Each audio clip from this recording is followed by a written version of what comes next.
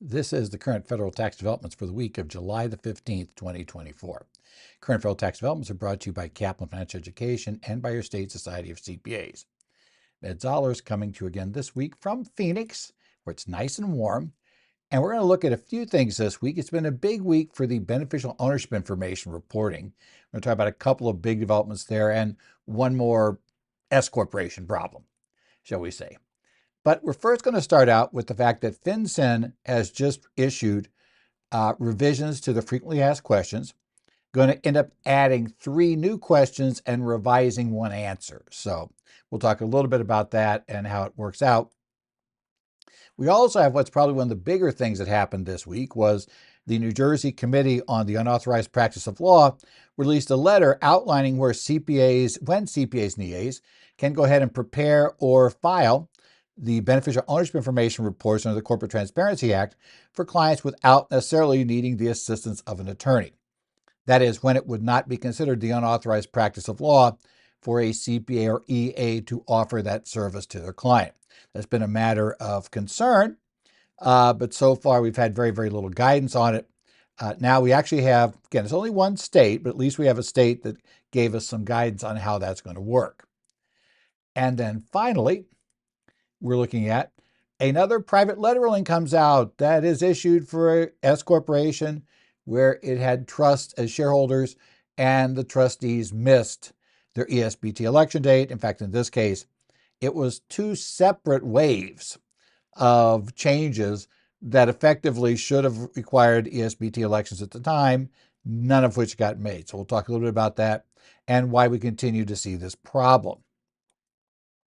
Well, let's start out with the FAQ updates from FinCEN on beneficial ownership information reporting. Now, these updates came out on July the 8th. So that's the date you're looking. If you go to the FinCEN website, you'll find them there.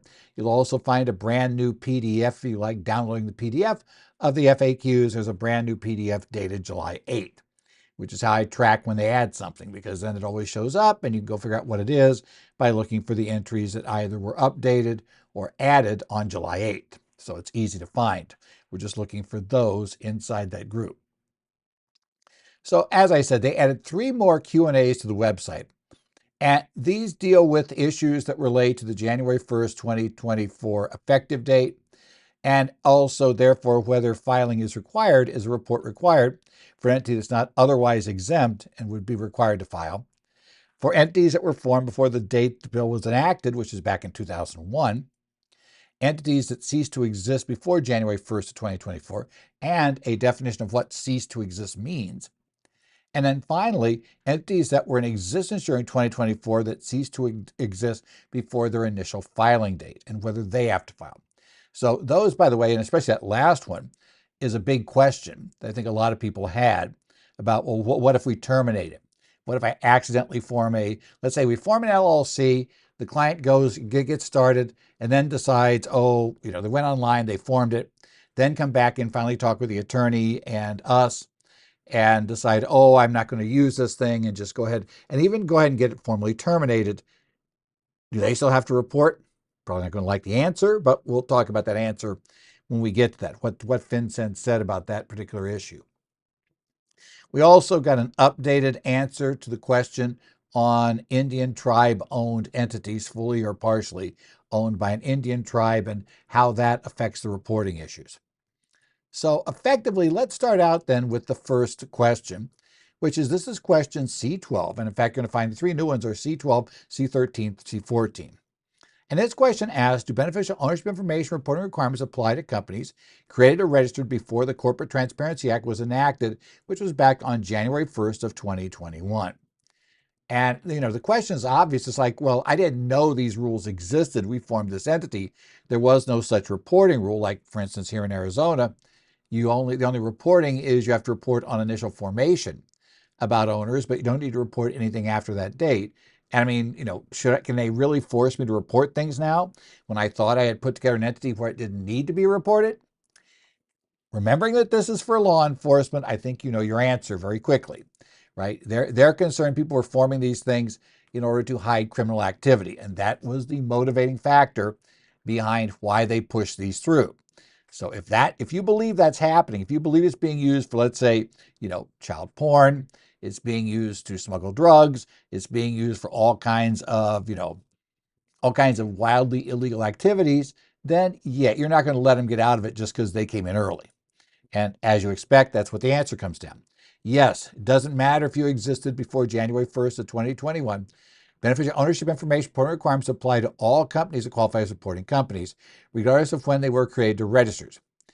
Companies not required to report beneficiary ownership information to FinCEN if they are exempt or cease to exist as legal entities before January 1st, 2024. That's going to lead into later questions, but that's the key.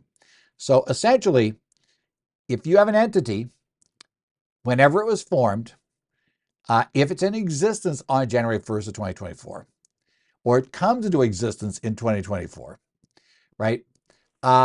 Basically, it's going to have to file at least an initial report. So we're going to get to that. They're going to make that very, very clear in the later questions. Now, question 13, C13 asks, is a company required to report its beneficial ownership information to FinCEN if the company ceased to exist before reporting requirements went into effect on January 1st, 2024? So, we formed this company back in 1967. It was terminated. This corporation was totally terminated, formally liquidated and cleared. Everything was cleared under state law in 1986. Do we somehow need to still go back and report that thing? And obviously, I think it makes sense, what this answer is going to be. If the company is not in existence, it's not required to report its beneficial ownership information to FinCEN if it ceased to exist as a legal entity before January 1st, 2024. Now, the catch is what that means, and this is going to cause a little problem, I think, especially for those in Arizona. It's going to cause a problem because of a little cheat that has been going on here for many, many years to get around what was a rather messy, formal termination of corporation process. We're going to talk a little bit about that and why that's a potential issue. But what FinCEN says is the entity completed the process of formally and irrevocably dissolving. Now, we turn out they'll eventually back off of formally, but irrevocably dissolving will be an issue, right? It's got to be that way. A company that ceased to exist as a legal entity before the beneficial ownership information reporting requirements became effective on January 1st of 24. That is the effective date. Please keep that in mind, not January 1st of 25. January 1st of 24 was the effective date of these rules. You just had a year if you were in existence on that date to get your initial report in, rather than 90 days or 30 days as the law will eventually get to, but you had a whole year. But that January 1st, 25 date is only a reporting date. Being around on January 1st of 2024 means that you got to report. Once we get to 2024, as soon as you come into existence, it's going to trigger a reporting requirement unless you can show that you meet an exemption. Okay? But that said, a company ceased to exist before that became effective, was never subject to the reporting requirements, and thus is not required to report its beneficial ownership information to FinCEN. Sounds great. Now, they talk here a little bit about how do you actually cease to exist? And it does note that state or tribal law may vary, but typically you complete the process of formally and irrevocably dissolving by, for example, filing dissolution paperwork with its jurisdiction of creation or registration. In Arizona, you would file that document with the Corporation Commission for a corporation. Receiving written confirmation of dissolution. So they will tell you that, yes, you've completed the process. You pay any related taxes or fees. You cease to conduct business, and you wind up your affairs, fully liquidating itself and closing all bank accounts. Now note, that's the entire process. If any of those remain undone as of January 1st, 2024, you are still a reporting entity. Right? You got to get all of those done by the 1st of 24. Not by the 1st of 25, by the 1st of 24. Keep that in mind. 24 is the effective date of the reporting rules. 25 is simply the due date to get that report to FinCEN that you ended up being required to file because you were there on January 1st of 24. That's kind of how you have to view this in this case. If a reporting company continues to exist as a legal entity for any period of time on or after January 1st of 2024, it did not entirely complete the process of formally and irrevocably dissolving before January 1st of 24. Remember all of those steps in the last paragraph? If you hadn't totally completed all of that, then it's required to report its beneficial ownership information to FinCEN, even if the company had wound up its affairs and ceased conducting business before January 1st of 24. So remember that even though maybe you've ceased, you haven't done it, but you haven't formally gotten all the paperwork run through the Secretary of State or Arizona Corporation Commission office, you're still a reporting entity. You've got to report. That's part of the key, at least per FinCEN. Again, this is their interpretation in the FAQs, so you can argue maybe it's at odds with the law, but I got news for you. Most of my clients don't want to be the party to end up going to court and fighting that issue out to find out for sure if they overstepped their bounds. They might have, but again, litigating this probably isn't going to be worth the bother unless you just really love to litigate or you're a very bored attorney that doesn't have many clients and you just would love to just litigate on your own. Probably going to go broke if that's you, but still, if you want to do it, it's fine. Similarly, if a reporting entity or reporting company was created or registered on or after January 1st of 24 and subsequently ceased to exist, then it's required to report its beneficial ownership information to FinCEN, even if it ceased to exist before its initial beneficial ownership information report was due. Again, remember, you have to report because you existed in 24. The due date might be after you've dissolved, might be after you fully liquidated, but yet things still got to report. And there is definite liability on the part of all the beneficial owners if that thing doesn't report. So be very aware of the problem there that you're going to have, because again, penalties apply to everyone in this context. So you can't just say, hey, the entity doesn't exist anymore. What are they going to do? Where are they going to get the money? From you. That's basically the way it works, because the problem will be you are never reported as a beneficial owner of this entity, even though you were by that time, which is your problem.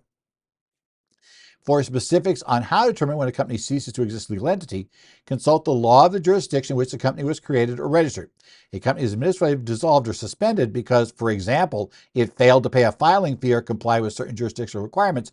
Generally does not cease to exist as a legal entity unless the dissolution or suspension becomes permanent. You can't reverse it.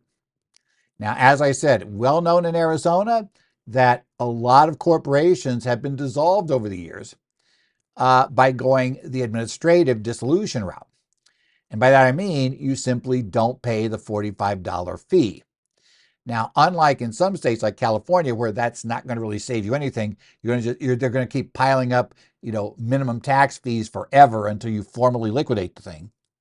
In Arizona, basically there's nothing really happens. If you have not paid the $45 to the Corporation Commission after a certain time, they will notify you of being administratively dissolved, at which point then you will need to, either pay up and go in and get yourself formally reinstated, or, you just ignore it. And so for years, a lot of people just ignored it. The problem is under Arizona law, and this will be true of a lot of states when you go this route, you just decide, I'm not going to spend time filing all the paperwork. We're just going to pretend the corporation doesn't exist anymore. And eventually the state will just let it go away.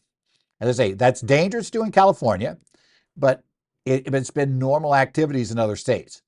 The problem is that entity will continue to exist until that period where it can be resurrected ends. And for Arizona, that is 6 years from the day it's administratively dissolved. So it's going to take 6 years while that will still be effectively a reporting entity. And as a reporting entity, you still got to worry about certain things like keeping up where the beneficial owners are and who they are. Potentially if somebody dies, right?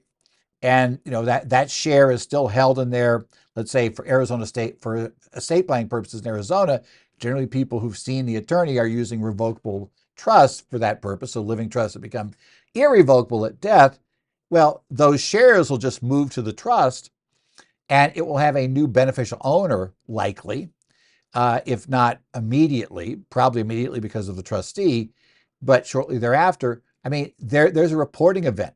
Even if the entity is pre-2000 and has no, pre-2000 has no activity, It would otherwise be a kind of, an entity that's just not, non-operating entity, non-existent entity, and it's prior to the date. It doesn't matter because you just had a change of ownership. And in theory, the penalties could apply. So yeah, you want to make sure in every state now, you've got to tell people, no matter how much of a pain it is, if you don't want the BOI problem hanging over you for however many years it would take for an administrative dissolution to become irrevocable, you're going to need to formally dissolve the entity. That'll be your issue when we get there. Okay. Third question that was added: if a reporting company created or registered in 2024 or later winds up at affairs and ceases to exist before its initial report is due, is the company still required to submit that report? And you probably already guessed the answer by now. The answer is yes. It doesn't matter. Now, they already answered in the last question. Technically, if you were in existence on January 1st of 2024, you basically have to file that initial report. They didn't actually talk about if that January 1st, 24 entity was, ceased to exist by 25. But when you read the two questions, it's pretty clear if you're in existence on January 1st of 24, you're going to have to file. In fact, it's even relatively clear of this answer there, but we'll go ahead with this one. They're saying here, because this will apply going forward, it does not matter that I form an entity. Then I might actually talk with the attorney, talk with my CPA, and suddenly decide, hey, this entity makes no sense. We don't need this entity. We don't want to use it. So you go and terminate this LLC or corporation immediately. Nothing's ever been done with it. That thing's still going to file an initial report. Now, they do make clear that, in fact, you don't need to file, and this also is asked for. What happens when you cease to exist? Do we have to file a report saying we're gone? No. It talks about it in this context, but generally it's true. Nothing in the statute, nothing in the rules indicates, the final rule indicates that there is any filing responsibility whatsoever once the entity has ceased legally to exist. They're never notified it doesn't exist anymore. So that may be an oversight of Congress. I may create some messes in the future, but nevertheless, there is no requirement to report the entity is gone, and there's no way to report the entity is gone. So it's just one of those things to understand at this point. Okay. Now, this was the Indian tribe question. This is just a revision on D17. So if you've already read this question, I'm going to go through it very briefly because, it's probably most of you do not have, you have what's effectively a governmental-owned entity or partially governmental-owned entity.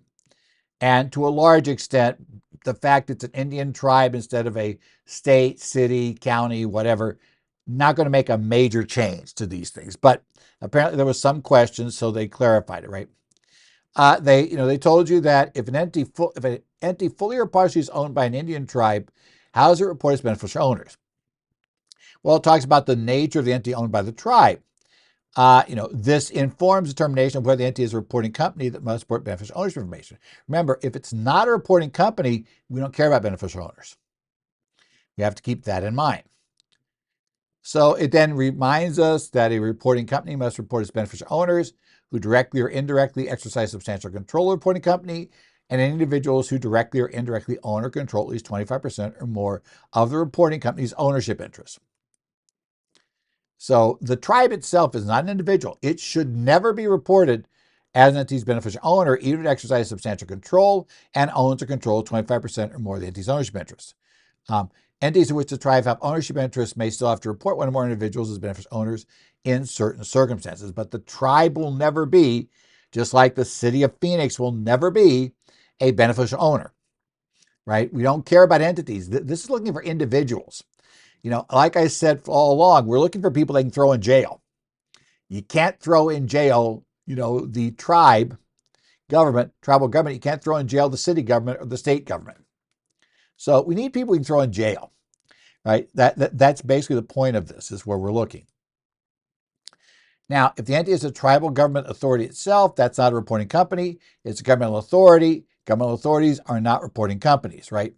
This includes tribally chartered corporations and state chartered tribal entities if those corporations or entities exercise governmental authority on the tribe's behalf. Second category, entities' ownership interests are controlled or wholly owned by the tribal government authority. That would not otherwise be exempt because it could be an LLC or corporation. But if the tribe exercises full control, owns all interest, then they suggest you want to look at the fact that subsidiary reporting rules will exempt it, because since the tribe is exempt and it's a wholly owned subsidiary of an exempt entity, then it's exempt, right? They talk about that, wholly owned subsidiaries of exempts. And they have discussion questions there to explain that. So the one you're really going to be reporting on for the most part is when an entity is partially owned by a tribe and is not exempt. In that case, it's basically the same rules as always. If any individual other than the tribe, directly or indirectly, owns 25% of the entity, they will be a beneficial owner, and as well as people that exercise, basically substantial control.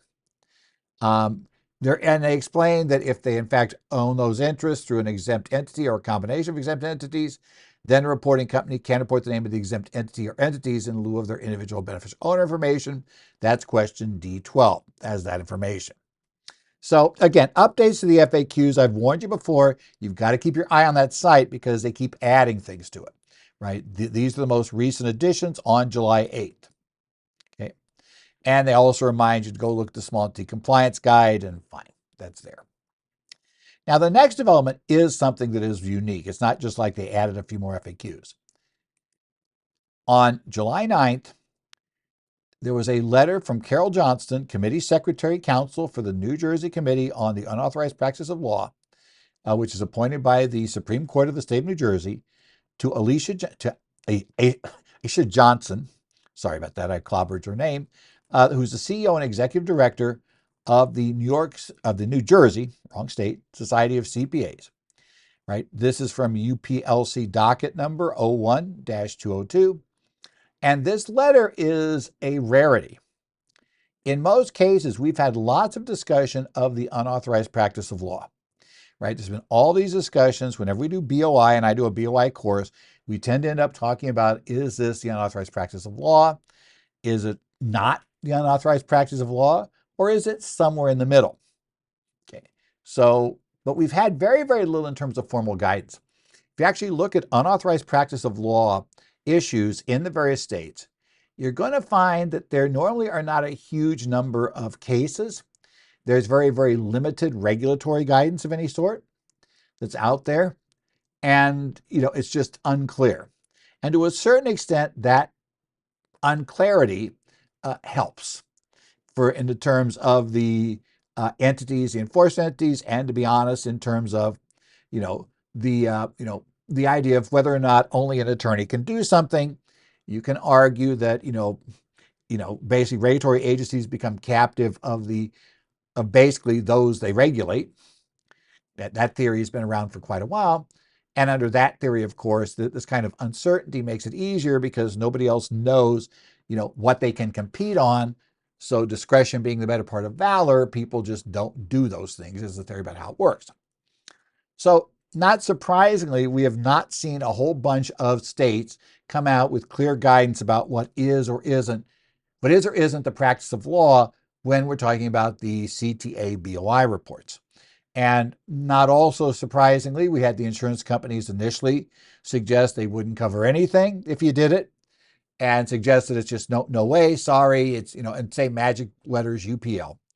That caused a big panic among CPAs and EAs.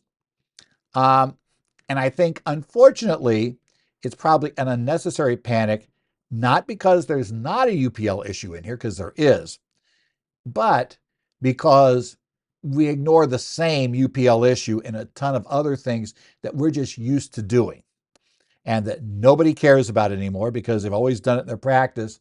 And even though there's no clear guidance that it's not UPL, they just kind of assume, they just ignore it, right? We just go ahead and do it. So I find it a little bit interesting and amusing about, all the concern that's generated.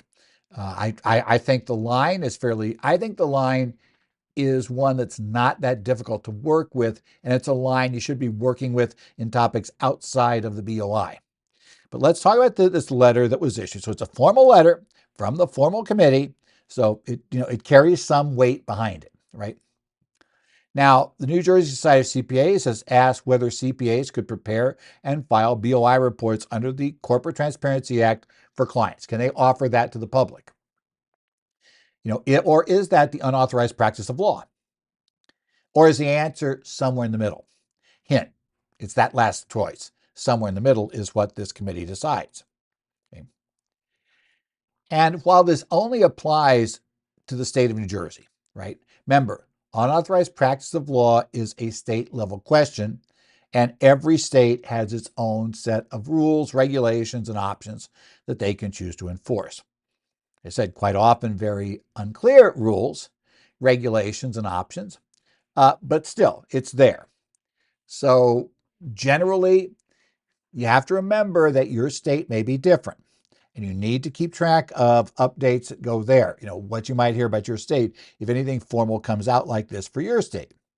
But I will say that based on this and based on the fact that the conclusion this letter arrives at is the conclusion that I and others speaking on the topic have been suggesting is how this resolves itself in any event. I really believe you're going to find that when push comes to shove in the real world, this will only become an issue when you go over the line that this letter suggests you can't go over.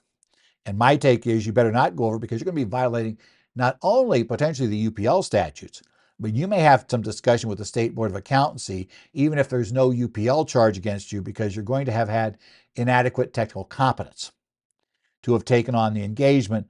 And that, ladies and gentlemen, is actionable under virtually every State Board of Accountancy can haul you up and discipline you for that. So let's keep that in mind going forward. Okay. Now, the committee indicates, look, okay, we're going to consider, is this UPL? Or, is this something that only attorneys should be able to do, with the purview of it to represent the dangerous unauthorized practice of law by individuals who are not licensed counsel and not authorized to practice in the state of New Jersey. To determine this, the committee said, look, they're analyzing, looking at old case law in New Jersey, and which is very similar to what we've seen in other states. And they're going to say there are really two factors that you have to consider when you're making this call, that they're going to be considering. First, they have to say, is the preparation or filing of BOI reports the practice of law? Because if it's not the practice of law, it can't be the unauthorized practice of law, right? So it has to be a practice of law. But the mere fact it's a practice of law does not mean it's unauthorized. And that's something a lot of people miss. They seem to think if it's practice of law, then, oh, no, I can't do it. No.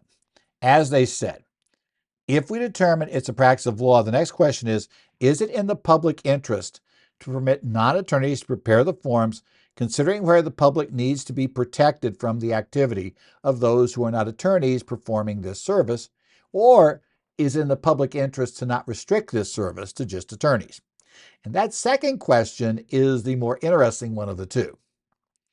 And that's the one that I think we have to realize we're kind of always sitting on a little bit of that question. So we're going to look at this, right? So bottom line, the committee very quickly determines that the preparing and or filing of these reports is the practice of law in New Jersey. And I'd suggest in the states that have a reasonably clear definition of practice of law, it would probably be the practice of law in those states as well, including my home state of Arizona, right? Because in order to fill this out, at least potentially, it would require you to apply the terms of a dense statute to a set of potentially complicated facts. Yeah, this can get wildly messy. I mean, there are all kinds of fact situations I could come up with that would be incredibly messy and would be very, very difficult to unwind. And sometimes there's just lack of clarity in the regulations themselves, the rules. Like, for instance, came up this week on a discussion forum was a question of, well, what if a company is right at the 20 employee limit, right? For the large company exception. So, they regularly, they hire and get rid of people over time, and they're regularly either like at 19 or 21 employees. And that varies, right? And they may stay at 19 for a while, then they may go back to 21.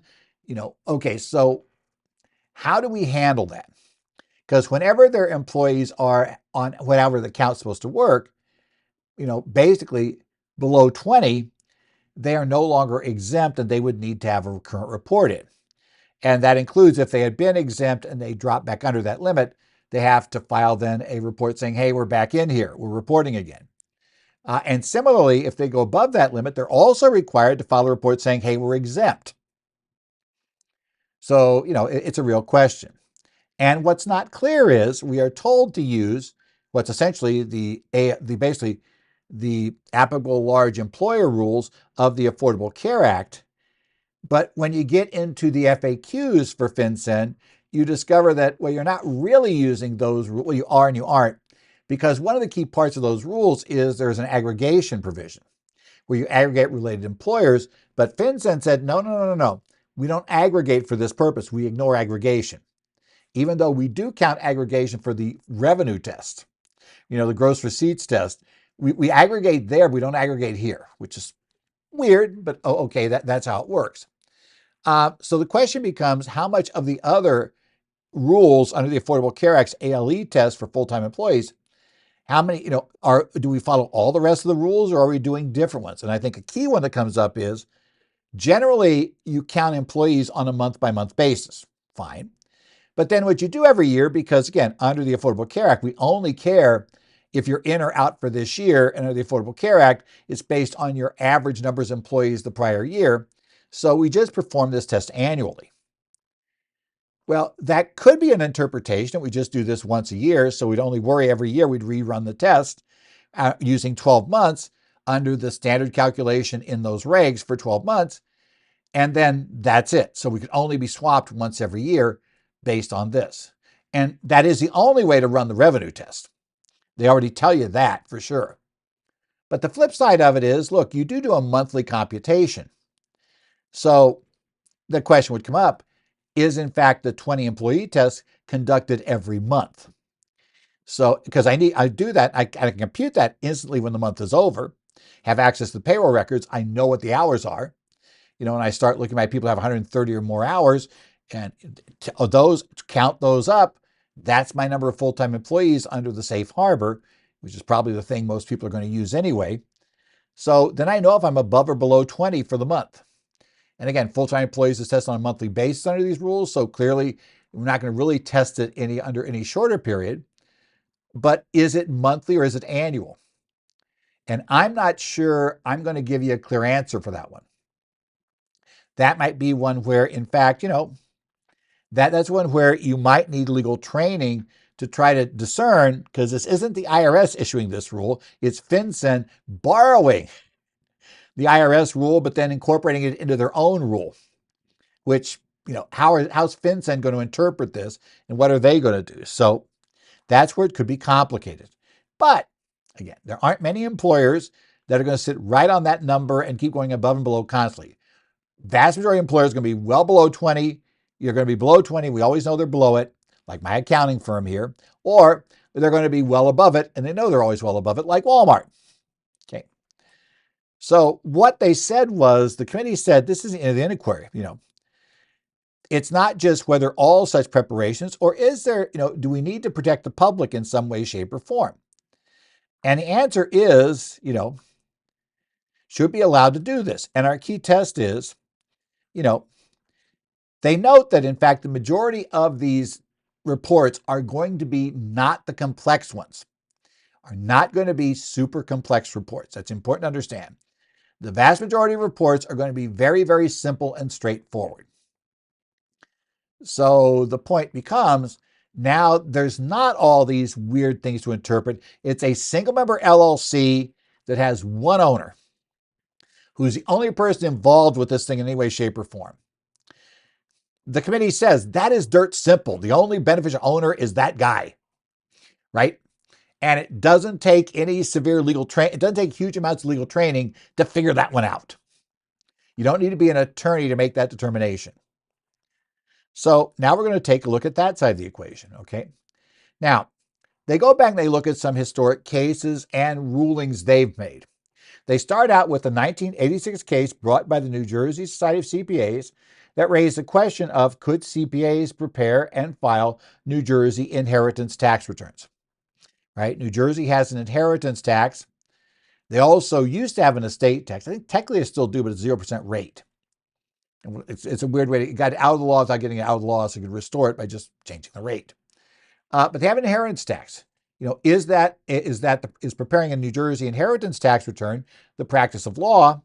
And if it is, should it be restricted to attorneys?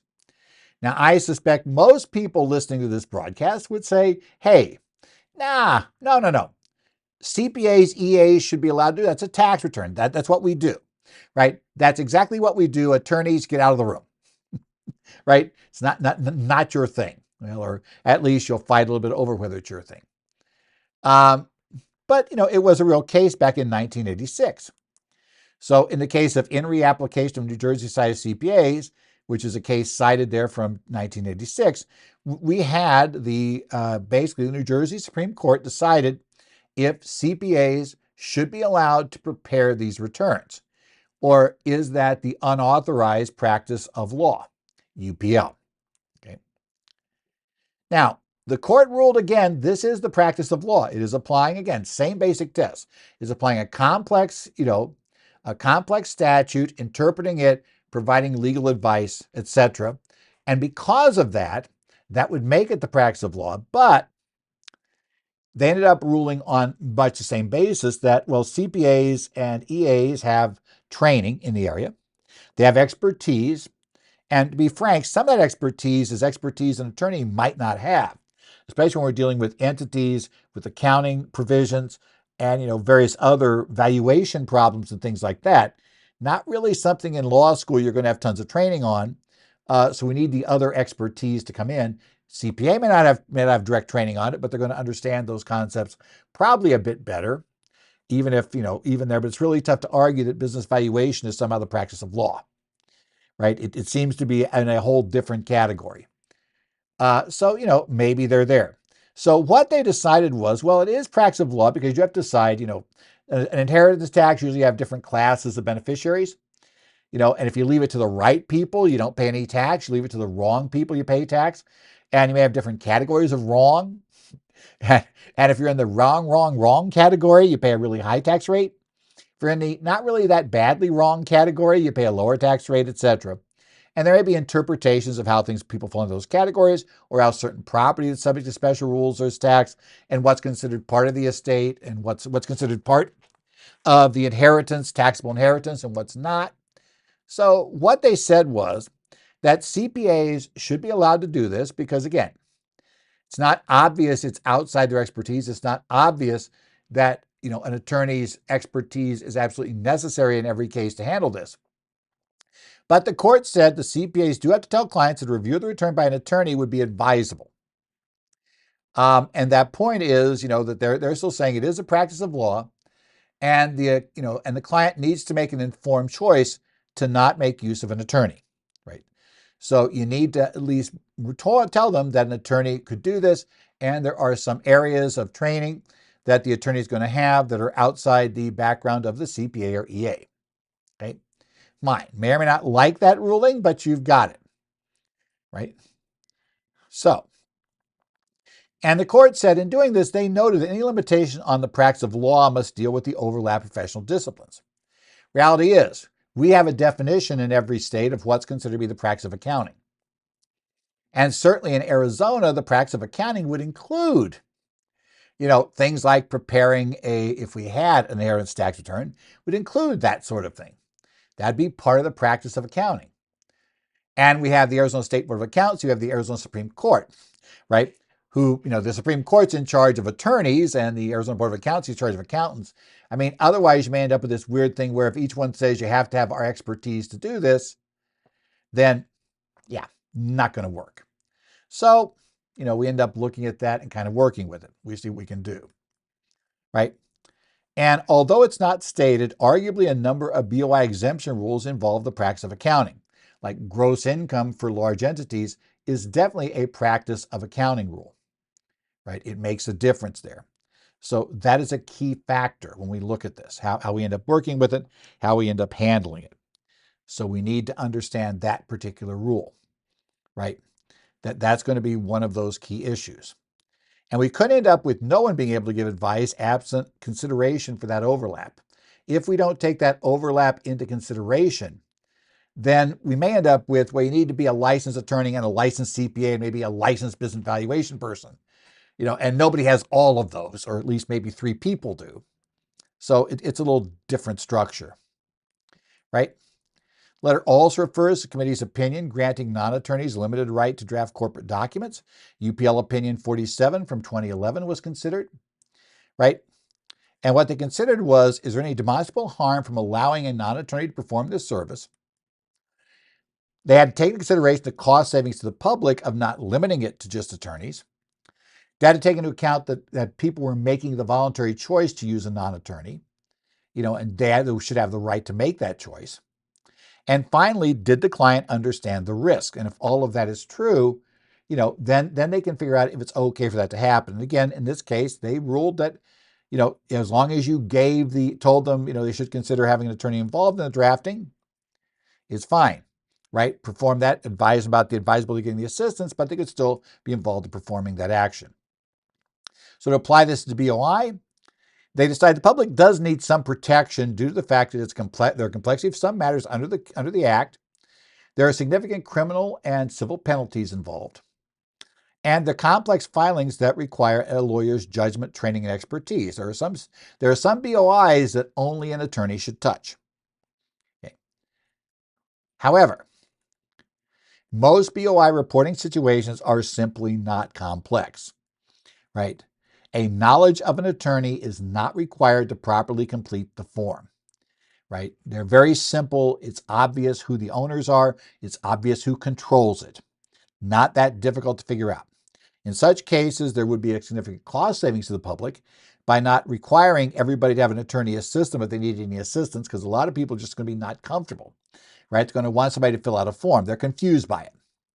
So, if you said they had to go an attorney, they're going to be paying a lot more money than arguably they need to, simply because we're going to restrict it to attorneys, right?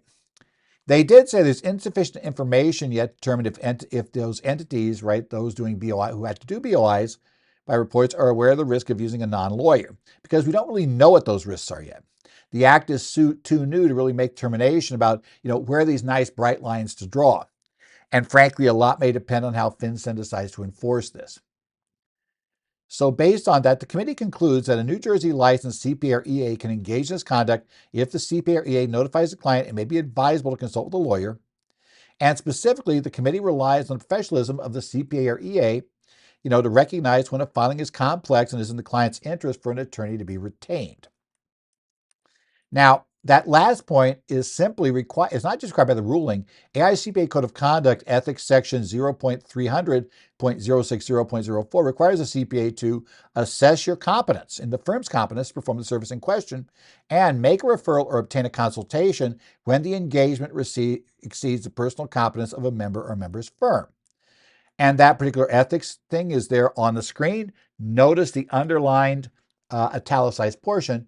It establishes limitation of a member's capabilities by dictating that consultation or referral may be required when a professional engagement exceeds the personal competence of a member or a member's firm. Each member is responsible for assessing his or her own competence or of evaluating whether education, experience, and judgment are adequate, their own, for the responsibility to be assumed.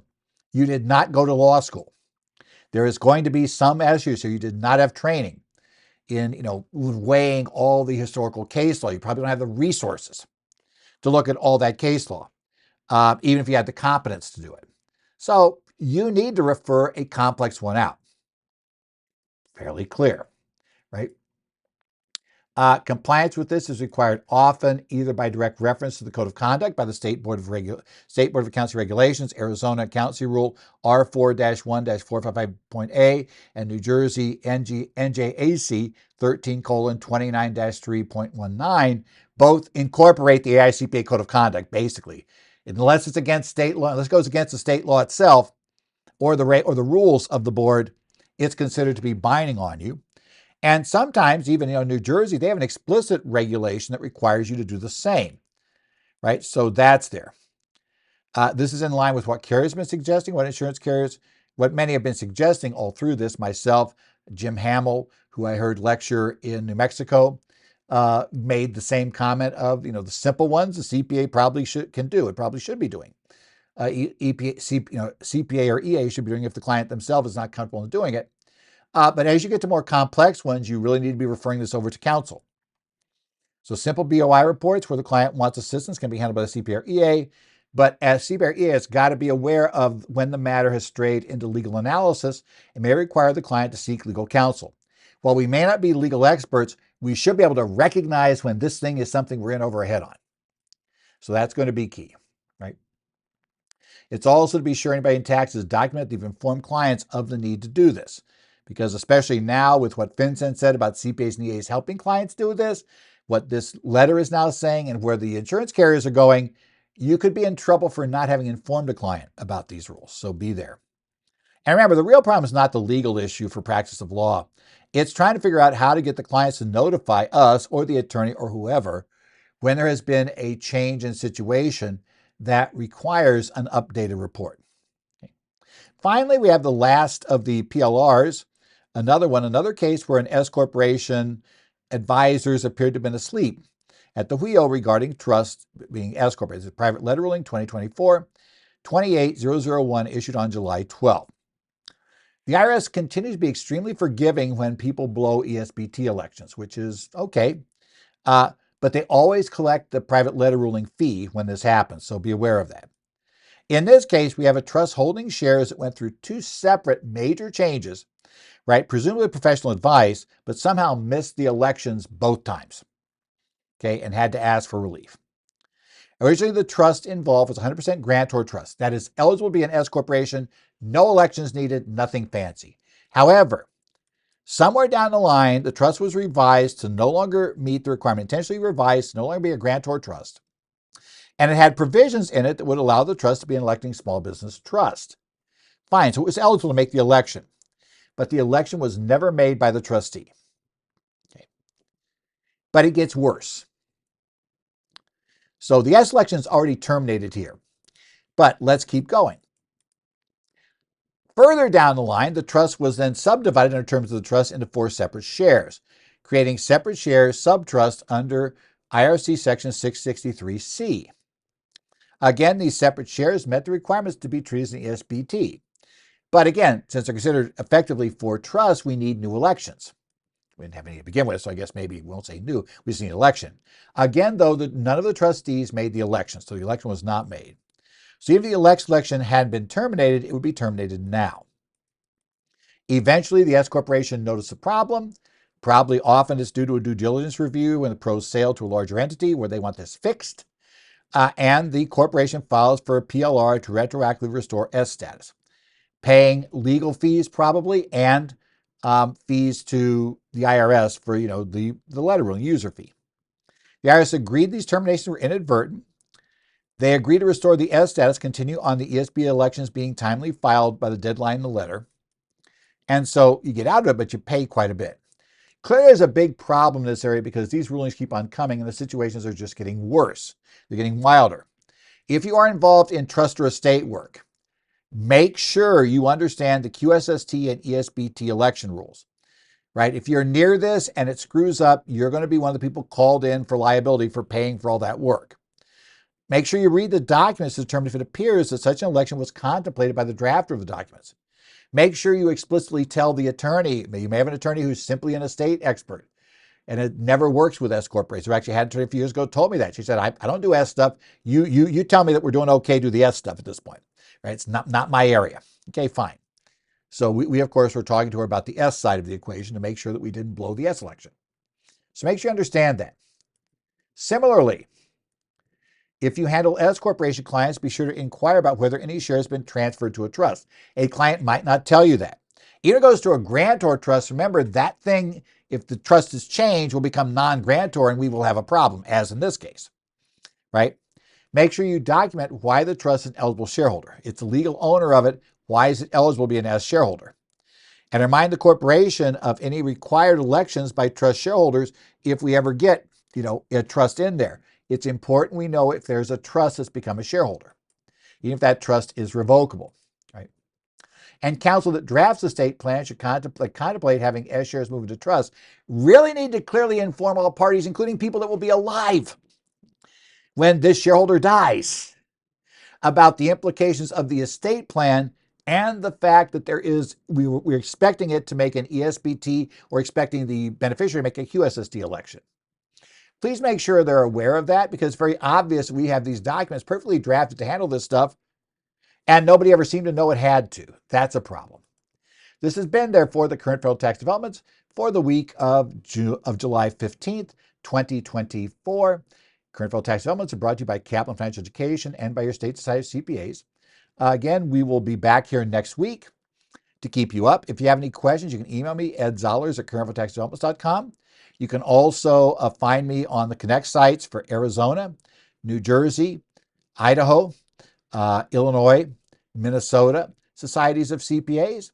And we'll see what else comes up this week. But anyway, you have a little bit of BOI stuff to chew on for this week, and we'll see you back next week for current federal tax developments.